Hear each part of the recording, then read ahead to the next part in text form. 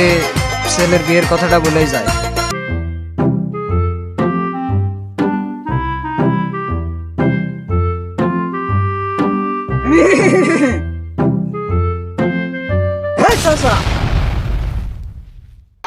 কি হলো বাবা?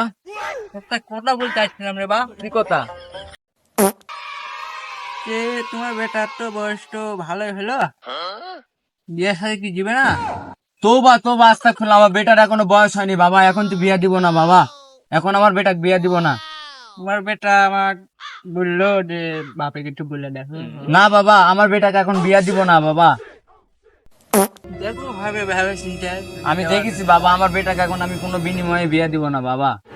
দেখো দেখো একটু। না বাবা, আমি বিয়া দিব না বাবা, আমি দিব না। ওরে মনা